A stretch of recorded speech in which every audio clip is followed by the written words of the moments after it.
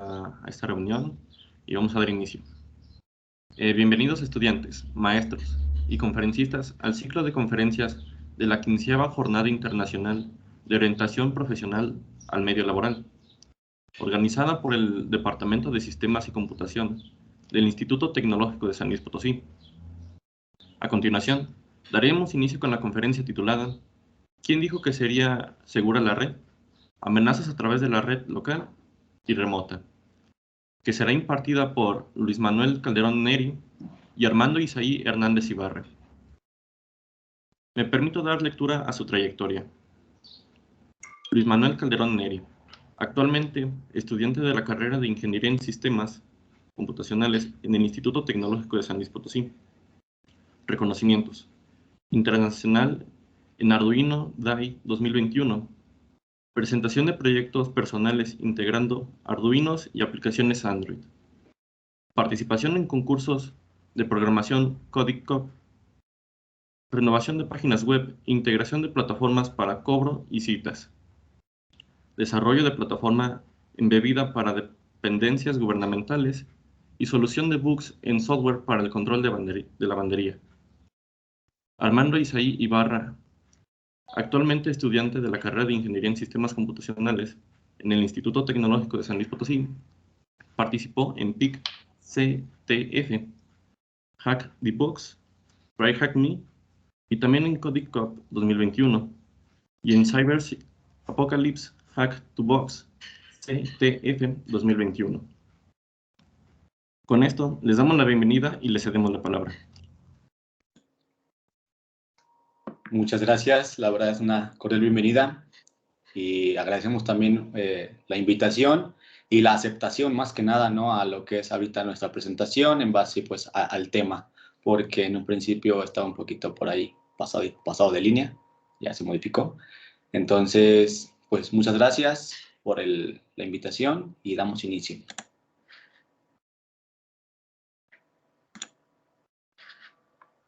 ¿Quién dijo que sería segura la red? Amenazas a través de red local y remota. Presentado por Armando Isaí Hernández Ibarra, estudiante de Ingeniería en Sistemas del ITSLP, y estoy cursando actualmente el 4º semestre. Entusiasta de la programación competitiva y de la ciberseguridad. Luis Manuel Calderón Neri, igualmente entusiasta de la programación competitiva, el desarrollo tecnológico, el cómo están hechas las cosas, y aquí están algunos de nuestros contactos. Pues bueno, para empezar, por lo primero, ¿no? Un poco de preámbulo.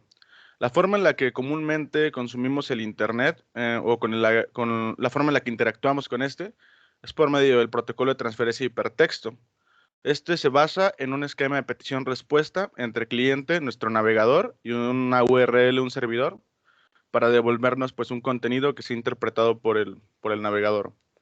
Este protocolo de transferencia de hipertexto, o HTTP, fue creado por Berners-Lee y publicado en diciembre de 1990. Se podría decir que fue su regalo de Navidad al mundo y nos regaló pues la World Wide Web. Y una segunda versión de este protocolo, 4 años después, fue implementada por un navegador muy viejo llamado Netscape. Esta nueva variante del protocolo HTTP implementaba una capa de seguridad extra al integrar la encriptación de los datos a través de SSL, que es Socket Security Layer, o TLS, que es Transport Layer Security, una versión más actualizada del SSL. Y pues básicamente de lo que se trata esta nueva variante es de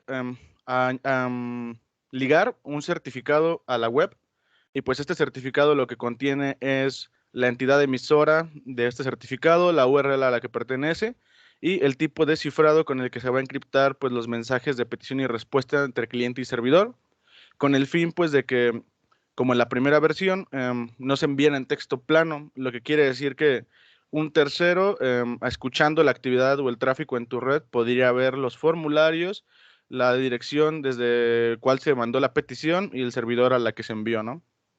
Esto pudiendo filtrar algunos de nuestros datos, y a nosotros como usuarios principalmente nos interesa mantener nuestros datos privados, ¿no? Continúo. En este gráfico podemos ver el uso de un protocolo cifrado HTTPS en contraparte con el HTTP en 100.000 dominios top. Podemos ver cómo en 2014, a 2 décadas de que se implementara por primera vez este protocolo cifrado, apenas existían 5.000 sitios de este top que lo implementaban y 95.000 aproximadamente hacían uso de su versión no cifrada del protocolo, lo cual pues es un poco relevante porque hay un espacio de 20 años desde que salió el protocolo en el que estuvimos manejando de forma no tan segura.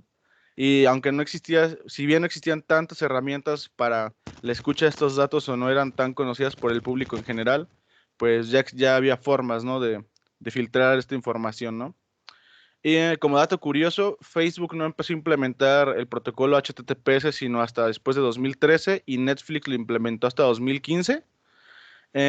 También son varios años desde pues, la creación de Facebook hasta que empezó a implementar un protocolo de cifrado en sus conexiones. Entonces, pues eso también daba lugar a que se malversara la información de los usuarios en muchas veces. Y pues en 2017 podemos apreciar cómo apenas un cuarto de estos 100.000 dominios están implementando la versión cifrada, mientras que aproximadamente casi 3/4 partes aún implementan la versión no cifrada. Esto es para tomar un poco de dimensiones en el estatus actual de las webs. Si bien en 2021 la mayoría de las webs grandes ya utilizan protocolos HTTPS o te fuerzan a redirigirte a su versión cifrada, aún existe una gran cantidad de sitios que no lo implementan. Continúo. Aquí podemos observar un diagrama que compara los dos protocolos, el HTTP no cifrado versus su contraparte cifrada.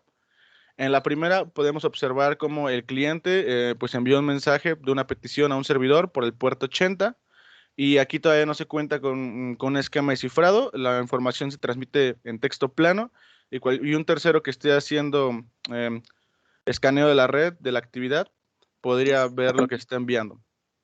En su contraparte cifrada, el cliente envía de la misma forma un mensaje a un servidor, ahora por el puerto 443, pero ahora la información ya va cifrada por el certificado SSL, que como decimos contiene la información de la entidad emisora del certificado, la URL a la que pertenece y el tipo de cifrado implementado para encriptar los mensajes, por ejemplo RSA. Continúo. Aquí podemos apreciar un ejemplo de cómo sería una transferencia de datos en texto plano.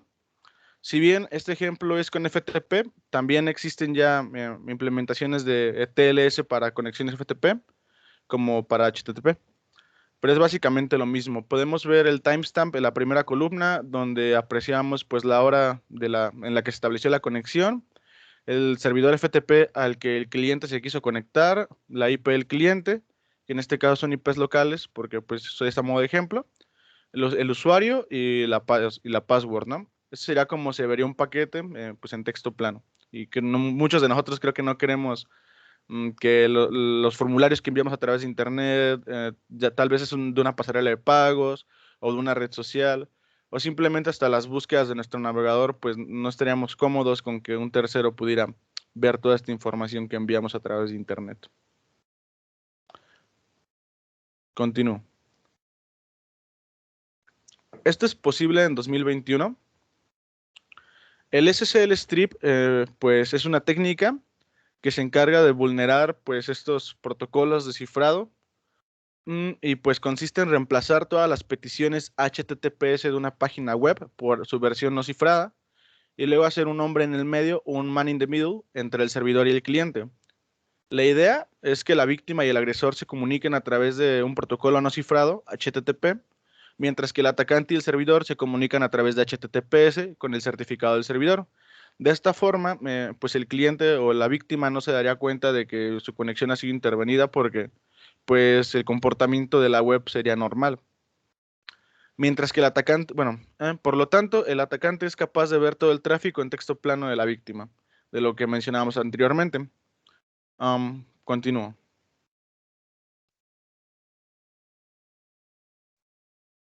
Aquí como tenemos un diagrama del funcionamiento de este ataque. Pues bueno, el atacante de lo que se va a encargar es de cuando la víctima envíe una petición al servidor para su versión HTTPS, el atacante se va a encargar de responder, pero con la versión no cifrada de la página. De esta forma, al forzar una conexión no cifrada, él puede ver el tráfico, los formularios que están enviando, la IP del cliente, el servidor al que se conectó, la hora, tal vez podría obtener hasta el fingerprint de la máquina con la versión de Windows, el idioma, la versión del navegador y también por medio de esta información, tal vez tratar de explotar alguna otra vulnerabilidad. Una vez que se establece esta conexión, el atacante de lo que se encargaría es de reenviar los paquetes capturados al sitio web oficial, ahora sí a la versión cifrada, porque pues como el atacante ya vio lo que le interesaba, ahora sí puede reenviar los paquetes y que pareciera que la víctima y el sitio web encriptado están comunicándose de manera normal, mientras que pues realmente no es así. Continúo. Otra de la técnica que vamos a abordar el día de hoy es el DNS spoofing. Y antes de explicar un poquito esta técnica, este tipo de ataque, tenemos que explicar de qué se encarga el servidor DNS. Como en los directorios normales, encontramos una relación del nombre de una persona con su teléfono celular. Los servidores DNS son básicamente lo mismo, pero en vez de ser una relación de nombre y teléfono, va a ser una relación de un dominio, por ejemplo, google.com con su IP, digamos 1.1.1.1. Un DNS spoofing de lo que se va a encargar es de un método para alterar las direcciones de los servidores DNS que utiliza la potencial víctima y de esta forma tener control sobre las consultas que se realizan. ¿Qué quiere decir esto?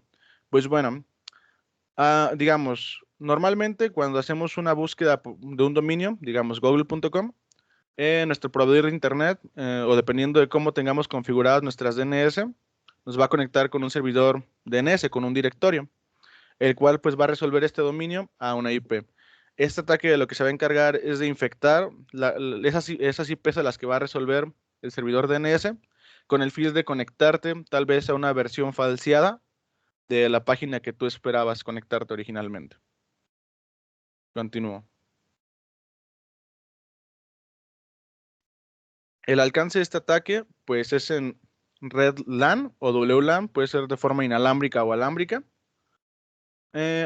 Puede también anular las peticiones o tener tablas de IP nulas, lo que sería equivalente a no tener conexión a internet porque el directorio DNS, el servidor DNS, no te sabría resolver para un dominio a ninguna IP. Redireccionar peticiones HTTP al servidor DNS, hacernos conectar a la versión no segura del sitio.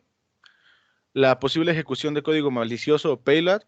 Por ejemplo, si la versión falseada de la página que esperábamos encontrar ahora contiene tal vez un archivo para descargar, como nosotros podríamos confiar en ese sitio web, probablemente caeríamos en la trampa, lo descargaríamos y tal vez de esta forma el atacante podría obtener una conexión persistente con tu equipo. Persistente refiriéndose a que sin importar si reinicias o apagas el computador, tal vez él ya estableció una conexión TCP reversa y pues puede consultar archivos de tu computadora, tomar capturas, diferentes tipos de cosas. Y también la focalización de más de un dispositivo, que sería afectar no solo a un objetivo, sino tal vez a todos los dispositivos, tal vez a todos los dispositivos que estén en la red. Entonces también es un poquito delicada esa parte. Continúo. Aquí tenemos un diagrama del funcionamiento de este enfoque, de este ataque. Como podemos apreciar, el paso 1 empieza por el atacante. ¿Por qué? Porque el atacante, el primer paso que va a hacer para realizar este tipo de ataque es enviar respuestas a sitios web, a peticiones que aún no han sido realizadas. Esto con la esperanza de que en algún momento la posible víctima manda una petición al servidor DNS para una resolución de dominio IP, pero como el atacante ya estaba mandando respuestas para una petición de este tipo, el cliente o la potencial víctima va a resolver con las DNS que el atacante está enviando y no con las verdaderas, haciendo que pues la potencial víctima resuelva su dominio a una IP falsa y acceda a un sitio web falso y no al sitio web real. Ahorita vamos a mostrar un video de cómo se realiza este procedimiento para un ejemplo de una red social. Continúo. Los requisitos para este tipo de ataque principalmente son pues una máquina con Linux, puede ser cualquier distribución, en este caso vamos a estar empleando Kali Linux, un framework para pentest, que en este caso se llama Ethercap. Como accesorio podríamos hacer uso de Metasploit en el supuesto de que quisiéramos crear algún tipo de aplicación, ya sea APK o algún tipo, un PDF malicioso, donde generemos una conexión persistente entre el atacante la víctima, pero pues en este ejemplo no lo estamos utilizando, solo que sepan que si se quisiese, no sería tan difícil de ejecutar un ataque más persistente, y pues un servidor Apache para almacenar, para hostear la web de forma local. Un router para interconectar los dispositivos y un dispositivo víctima. Continúo. El procedimiento para este tipo de ataque es relativamente sencillo. Consta de clonar el sitio web con el que queremos engañar a la víctima, configurar el servidor Apache para mostrar el sitio web clonado en nuestro servidor local, y después procederíamos a infectar las peticiones ARP, a esto se le llama ARP Poisoning, que realiza el dispositivo víctima con Ethercap, esto con el fin de que sus peticiones realizadas al servidor DNS no las resuelva el servidor legítimo, sino nuestra computadora. A continuación van a poder ver el video y lo voy a ir comentando un poquito mientras se reproduce. Lo primero que hacemos aquí es mostrar cómo funciona la página que clonamos. Esta página web que clonamos, en este caso es Facebook, y en su página de inicio hace un llamado a un HTTP, a un archivo PHP, después de que clicas en enviar formulario, en este caso para el inicio de sesión. Nosotros empleamos un archivo PHP que llamamos falso, el cual se va a hacer llamar cuando enviemos la información, y pues va a capturar las variables del formulario, que en este caso son email y password, y las va a reescribir en un archivo de texto para posterior consulta. Pues bueno, ese solamente es el index de cómo se llaman las variables y qué archivo va a ser llamado una vez que se envíe el formulario. Ahora mostramos el funcionamiento del PHP. Lo que hace es capturar los datos email y pass que se envían por el formulario, almacenarlos en dos variables usuario y contraseña, y después escribirlas en un archivo log.txt.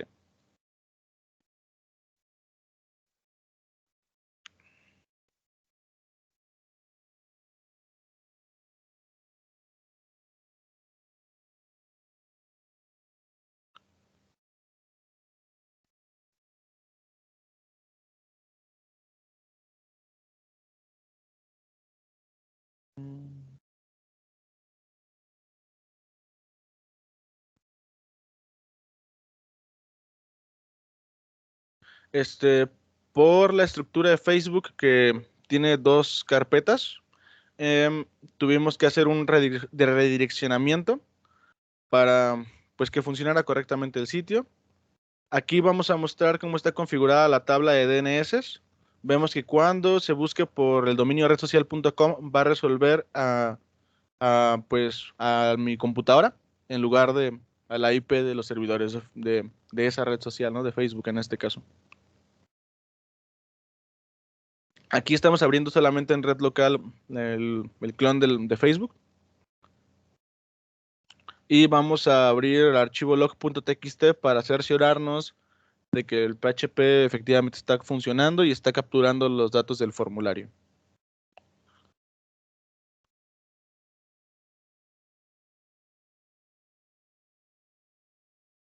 Entonces abrimos el archivo log.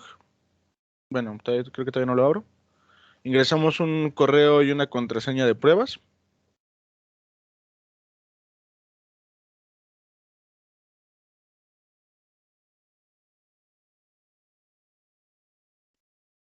Y una vez enviado el formulario, debería capturarse en el archivo log.txt. Y ahí lo tenemos, entonces ya nos dimos cuenta que sí funciona.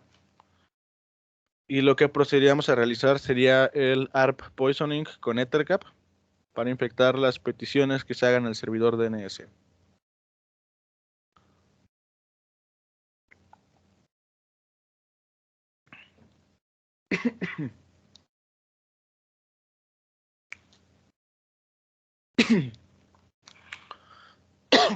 El primer paso en Ethercap sería escanear todos los dispositivos que están en nuestra red.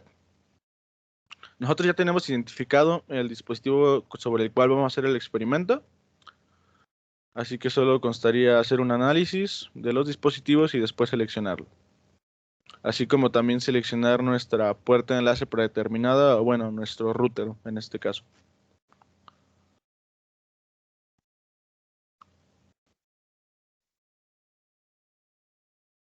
Aquí procedemos a seleccionar como objetivo 1 el dispositivo víctima y como objetivo 2 el router.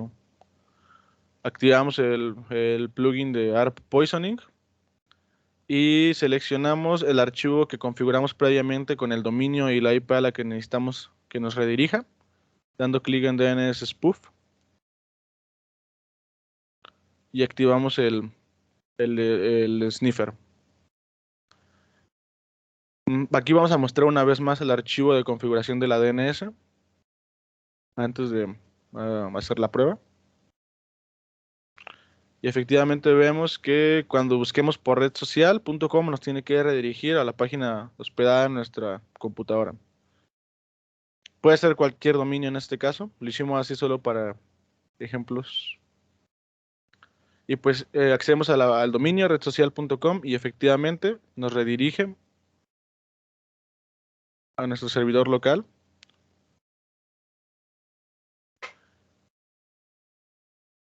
Ingresamos el correo ficticio de la víctima.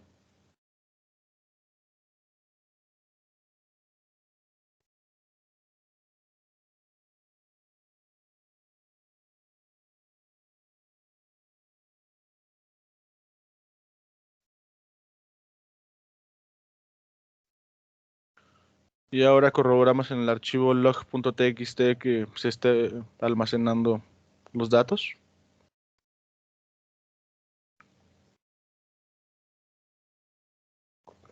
Y efectivamente están almacenados. Esto, como bien le explicamos antes, puede ser focalizado en más de un dispositivo, puede ser aplicado a todos los dispositivos en una red o solamente a uno.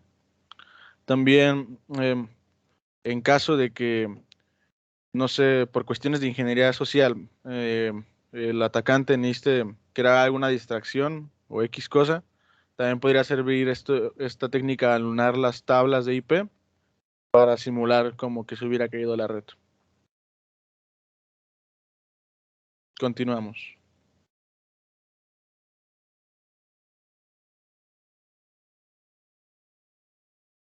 Ahora, algo que es súper importante, ¿cómo mitigar este tipo de ataques o cómo nos podemos defender de gente malintencionada que quiere realizar este tipo de ataques?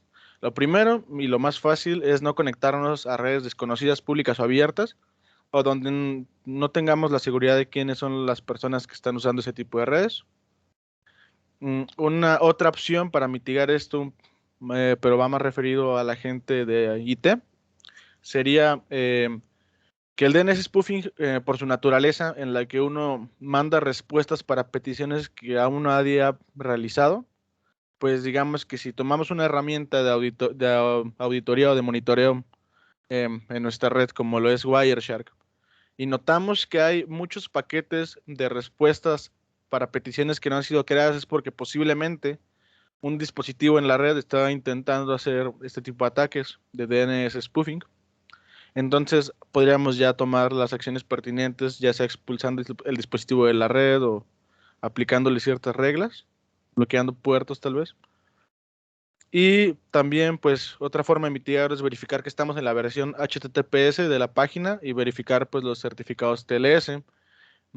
También, como dato extra, hay un protocolo que se llama HSTS, es como el HTTP, pero no se conecta, no acepta conexiones sino es solo por el protocolo HTTPS. Entonces, por ejemplo, Facebook, cuando tú entras desde tu navegador por primera vez, digamos que reconoce su certificado y lo almacena en el caché de sitios que utilizan este protocolo HSTS.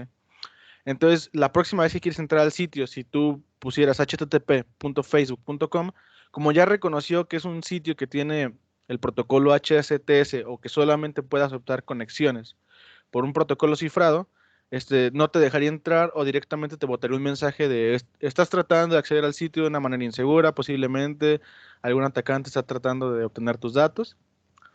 Entonces, pues es una forma un poco viable de mitigar esto y hacer que los usuarios persistan de conectarse a sitios en sus versiones no cifradas. Continúo.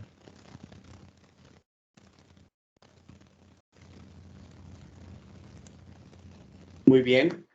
Para poder entrar en este contexto del web exploitation, les platicaré un poco sobre una noticia que acaba de suceder hace algunos días, lo que es el 4 de noviembre del año en curso, en donde una multinacional de nombre Philips, ya muy bien conocida, es una empresa muy grande de tecnología y de aparatos eléctricos y electrónicos, descubrió una vulnerabilidad con inyección SQL en uno de sus sistemas médicos de nombre Daisy EMR.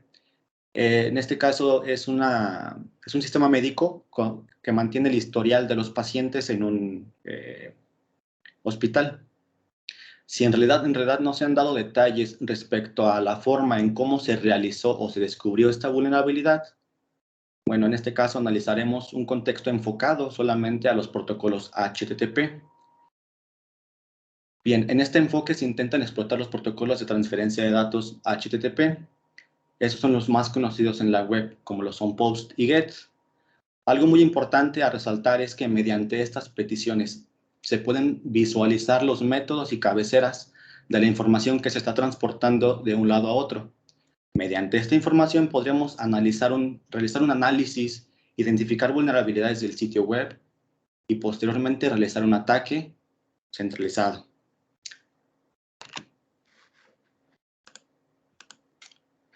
¿Qué son los métodos GET y qué son los métodos POST? El método GET realiza una petición, en este caso para recuperar datos de un servidor, pero sin necesidad de modificar datos del mismo. Por el contrario, el método POST envía datos generalmente desde un formulario, como lo podría ser un formulario de inicio de sesión o un formulario de contacto. Esto con el fin de guardar esos datos en el servidor y modificarlo para obtener así, de esta manera, una respuesta. Bueno, imaginemos que somos un robot y que solamente nuestra misión es enviar un mensaje de un lado a otro, pero que al final de cuentas a nosotros no nos interesa si este mensaje ha sido modificado o no en el transcurso de nuestro camino. Nuestra única misión es solamente mandar el mensaje, esperar a que la otra parte nos responda y volverlo a reenviar.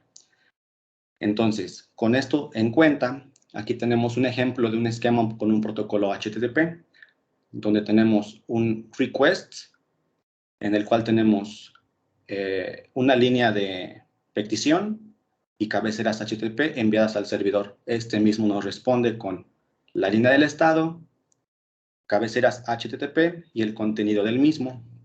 Este contenido puede ser, o por lo general es, en HTML.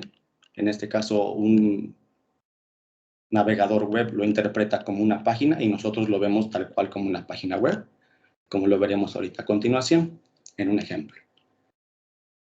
Aquí tenemos el ejemplo de un método, en este caso es un método GET, donde tenemos la línea inicial del mensaje con el método, la URL a la cual está dirigida, la cabecera, en el cual contiene un host, contiene el tipo de navegador que se está utilizando, qué tipo de protocolos acepta, qué tipo de lenguajes acepta, qué codificación entre el mensaje puede aceptar, entre lo que es servidor y cliente, si la conexión se mantiene activa o inactiva, y las cookies, entre otras cosas más. Aquí en este caso el cuerpo de la petición no mantiene nada, pero también se menciona como cuerpo del mensaje.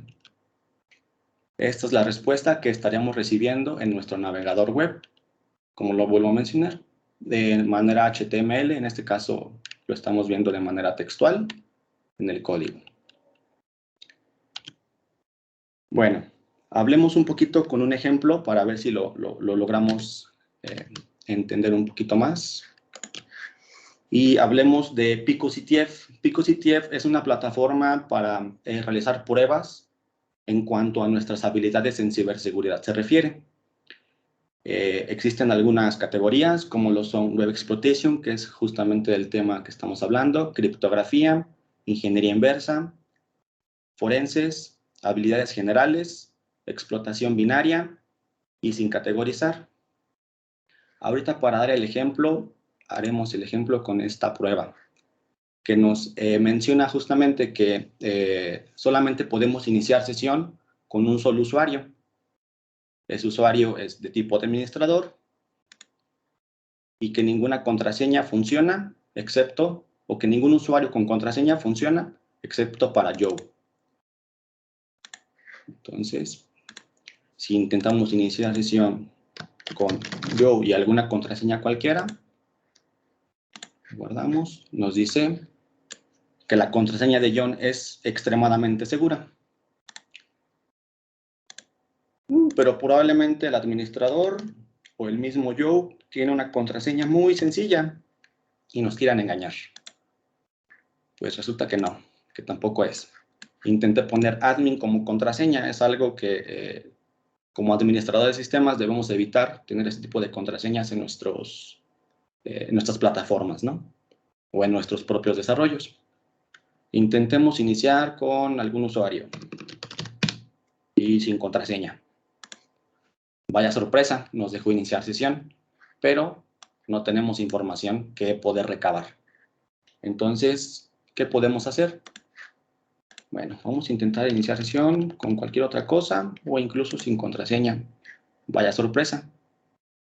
Igual, nos deja iniciar sesión, pero sin nada de información. Entonces, retomando el tema del cual estábamos hablando, bueno, iniciar sesión con, no sé, Luis, cualquier cosa. 1 al 6. Analicemos nuestras cabeceras o nuestro tráfico de red para poder, en este caso, visualizar lo que les mencionaba, encabezados y cuerpos de petición. Tenemos los métodos con los cuales estamos trabajando o con los cuales nos estamos, trabajando del lado del cliente hacia el servidor. Y analicemos un poquito el contexto de lo que nos está aquí mencionando. En este caso, el archivo flag. Es un documento, archivo flag. Intentemos editar y reenviar. No encontramos mucho, en realidad, aquí, a excepción de que tenemos algo muy importante. Tenemos la contraseña de forma textual, el usuario de forma textual y un tipo admin.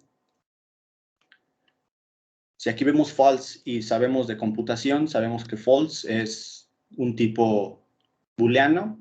¿Y cuál es su contraparte booleana? True. Si nosotros hacemos ese simple cambio y enviamos el método, nos debe responder otra parte. En este caso, aquí nos estamos dando cuenta que ya tenemos información que recabar, información privada que en este caso Joe debería tener en su cuenta. Si así de sencillo es en algunas circunstancias, porque así hay muchas aplicaciones web que tienen este tipo de problemas, ¿qué podríamos nosotros no pues mitigar, ¿no? O ¿cuánta información podríamos estar teniendo en riesgo en cuanto a nuestros sistemas, a los sistemas que estemos desarrollando? Es por eso que es muy importante, bueno, tener una base de datos con un protocolo de acceso para cada tipo de usuario, trabajar con procedimientos almacenados. El servidor debe estar serializado. ¿Y a qué me refiero con serializado? Si algunos de ustedes no conocen el contexto, el concepto, y es que la transferencia de los mensajes debe ser de tipo objeto.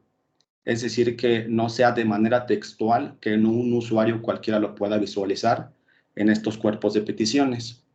Y por el lado del cliente, solo enviar peticiones que no afecten al servidor cuando esto no sea necesario. Muy bien. Con esto finalizamos. Algunas preguntas y respuestas al finalizar también. Armando. Ok. Armando.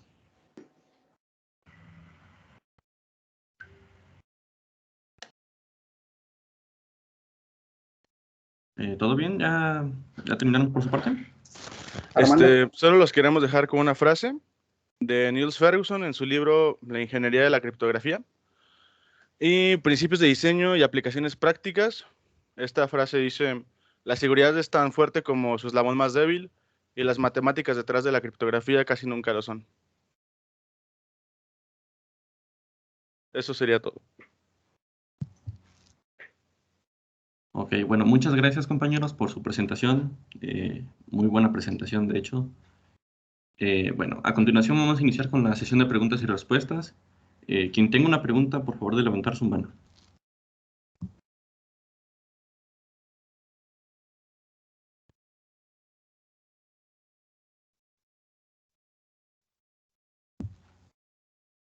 Bueno, creo que no hay preguntas, entonces... creo que sí. El maestro Rafa. Sí, profe. Sí, gracias. ¿Es cultura o es capacidad? ¿O qué es lo primero que tengo que hacer para entender que me debo de cuidar? No sé si me expliqué. Sí, yo creo que en realidad sería cultura del conocimiento en cuanto a que nuestra información es muy importante y tomando eso en cuenta como desarrollador, debemos ser conscientes en que el desarrollo que estemos realizando no deba tener o sea muy poco de errores en este tipo de circunstancias. Yo también podría añadir que sí es un aspecto de cultura, pero nos compete, yo creo que pues es menester de nosotros, gente, que futuros empleados de IT o a cargo de ciertos sistemas, también brindar las herramientas a los usuarios de esos sistemas para que los empleen con las mejores prácticas, porque podremos tener contraseñas muy seguras, tal vez algoritmos que nos generen contraseñas en base a nuestro nombre o ciertas cosas que sean únicas, pero si de pronto los trabajadores, por ejemplo, guardan sus contraseñas por la longitud en un post-it en el monitor, tal vez procedimientos complejos como los que realizamos hoy, complejos entre comillas, ni siquiera sean necesarios para vulnerar el sistema, ¿no? Gracias. Ok, gracias. Tenemos otra pregunta. Francisco Iván, por favor.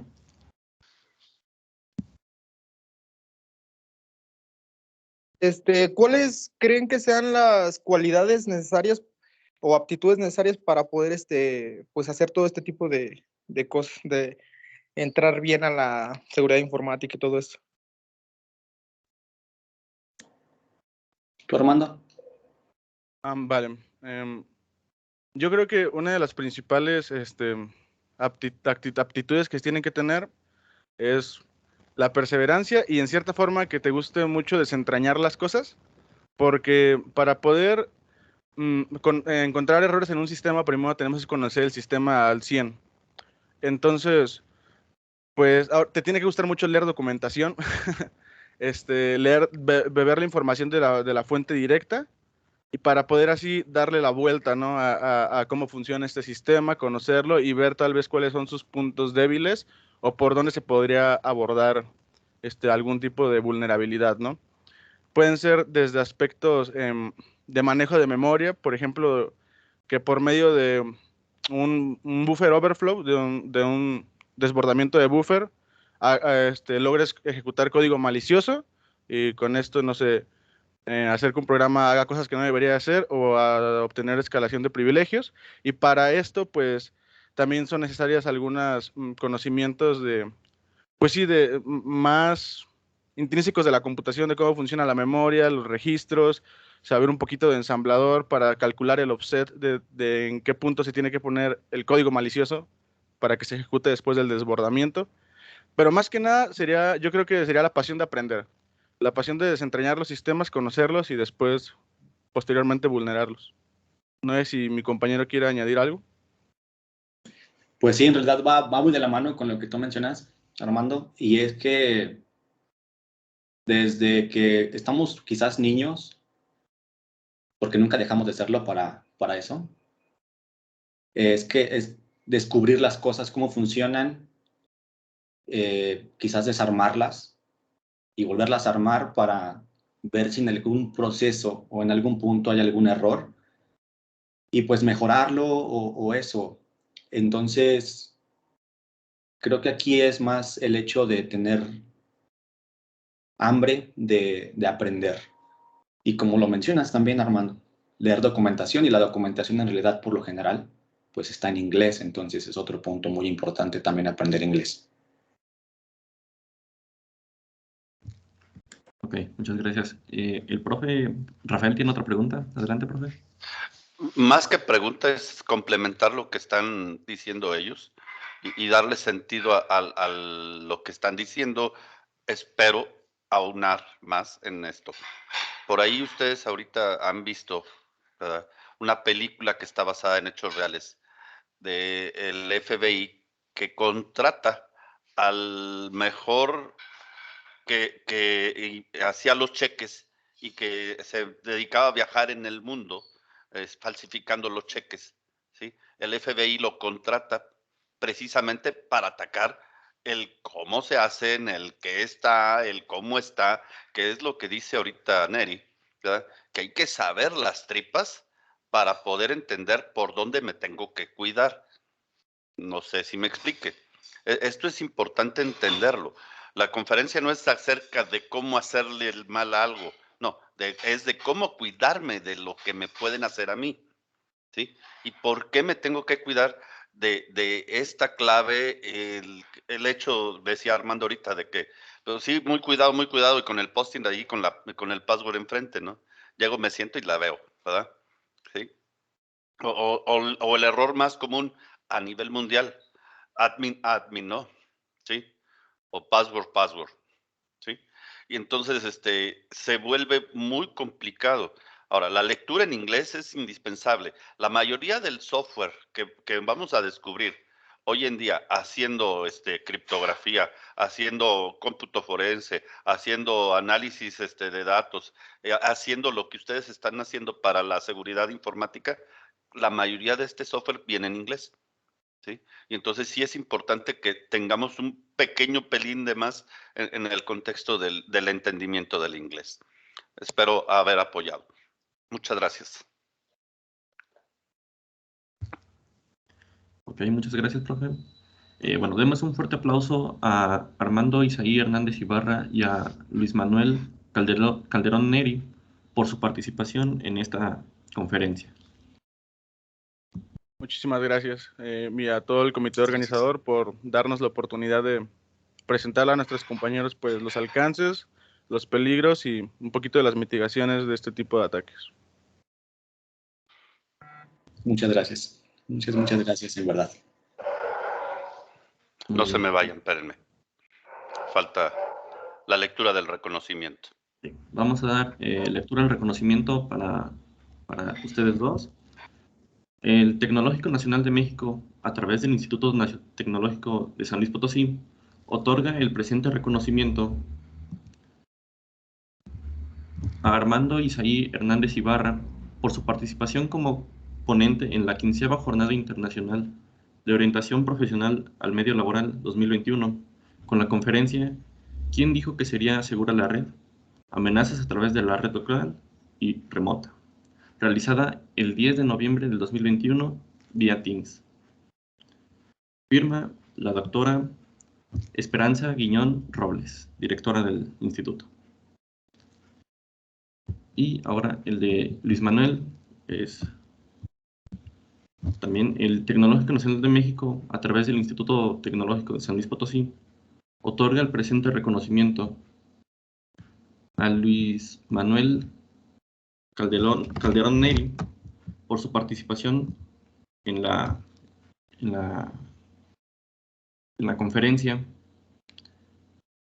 en la 15ª Jornada Internacional de Orientación Profesional Medio Laboral 2021, con la conferencia ¿Quién dijo que sería segura la red?